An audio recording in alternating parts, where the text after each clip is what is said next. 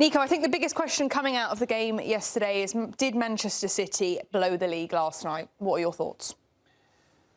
They took a significant step in blowing the league, yes. Not fully, right? Because it's the same yes or no answer to when Manchester City beat Arsenal. Is it over? No, it's not over. It's a straight shootout, and Manchester City blinked in this shootout. Yeah. And to me, it's less about the result and more about how it happened. In the moment where Guéhi gives away the ball, momentum in that match was already shifting against City. There were a couple of, and Ndiaye had two opportunities. Yeah, the 1v1. The 1v1 was one. There's a 1v1. I forget if it happens, if Ndiaye misses two chances. I forget if the other one happens after Manchester City concede. Regardless, momentum was shifting against them. That goal happens, and then it felt like the world was crumbling around City. They couldn't figure it out, and you could feel the weight of the title race falling on them.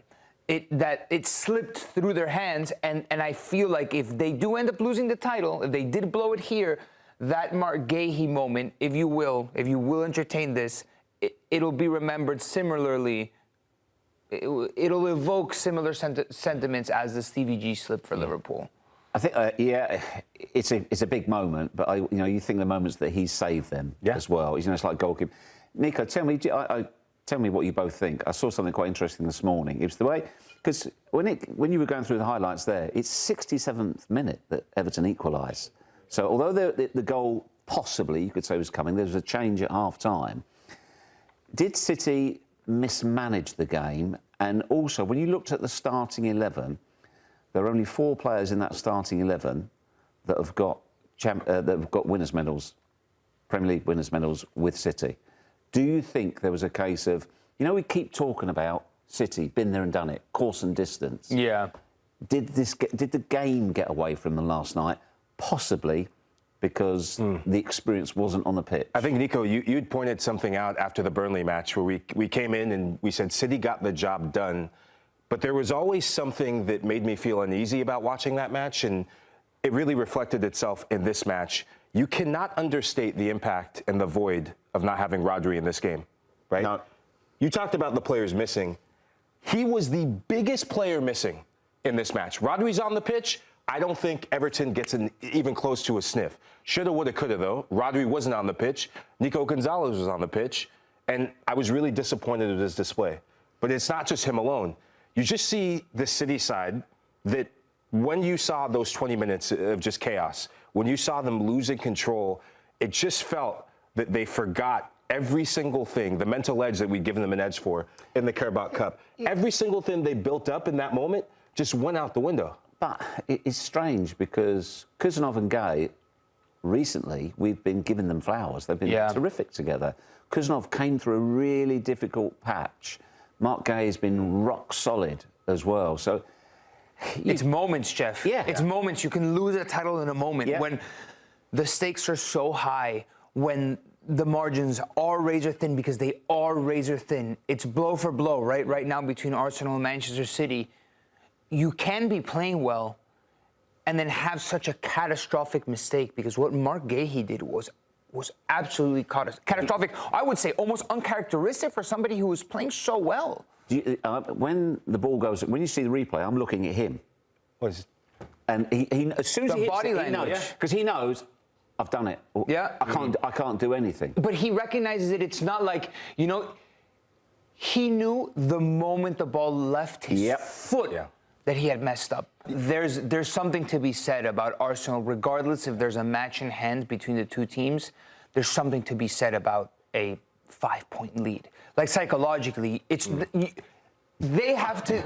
I'm sorry, I can't help laughing at you because I'm thinking when we were sat here a week or so ago when Man City beat Arsenal, I'm saying, look, Arsenal did well. You absolutely rubbished the idea. They're shot, they're gone, they've bottled it, they've run out of energy. I think how quickly it changes. It's incredible how much of momentum can shift in a title race, and what confidence can do, right? Because I do think Arsenal, after the Manchester City match, they were hurt, they were wounded, right? And they've bounced back really, really well.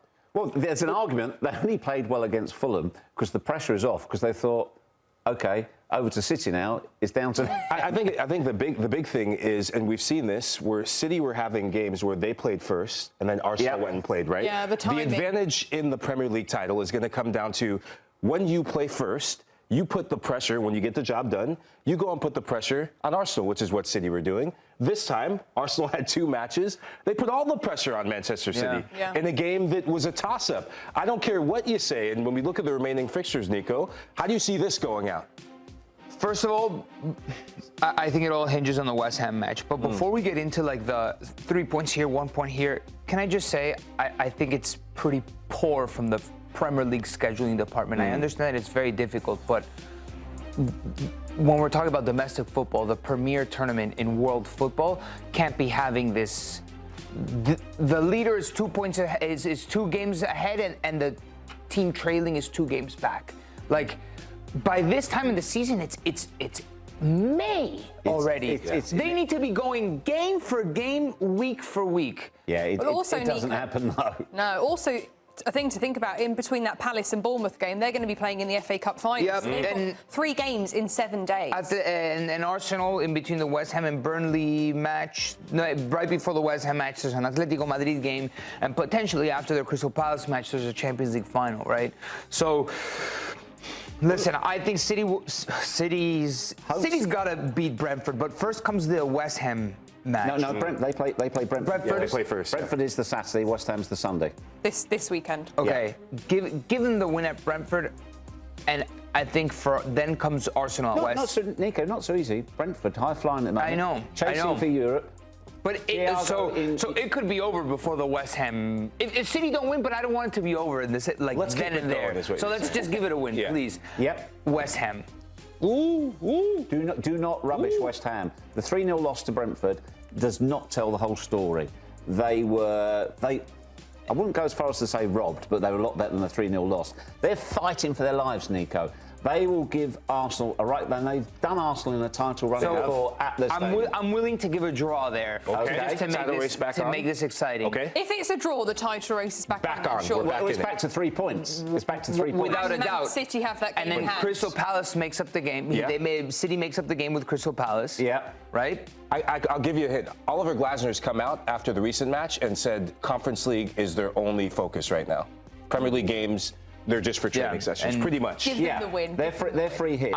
And by this point, I'm willing to give City the win against Palace, Arsenal the win against Burnley, City the win against Bournemouth. Whoa. Bournemouth, last game at home under Iriola, arguably the most informed team in the Premier League. Football, They could make a Champions League spot. Could make Champions League. Manchester City with 1 game away from winning the Premier League title. After winning 2 on the bounce, Arsenal drawing the game at West Ham. Talk about momentum, and it's all going to come down to the last day. Man City versus Villa, Arsenal at Palace. Ooh. And Arsenal win it on goal difference. They both win out, and Arsenal wins it on goal difference. Wow. I like it. I don't think that they will both win all of their remaining. Really, I'm with you. You think City will drop points somewhere along the line? I don't think. Where do you think City will drop points then? Bournemouth, yeah. And they could potentially draw at home to Brentford. Brentford is spiky. Wow. Do you think it makes a difference that if Arsenal were in the Champions League final, that would be after the end of the season, won't it? Yeah. And Chelsea would be playing in the FA Cup final during the season. Yeah, but if Atleti do a number on Arsenal today, how difficult for Arsenal, the weight of that disappointment going into the game against West Ham, that's tough to deal with as well. They'll put a front on it. They'll say, yeah, different competition, etc. 3 games left for Arsenal. The Premier League title is all to play for. Wow. It's all to play for. That's why when you said to me, what do you think last night? It's a terrible result.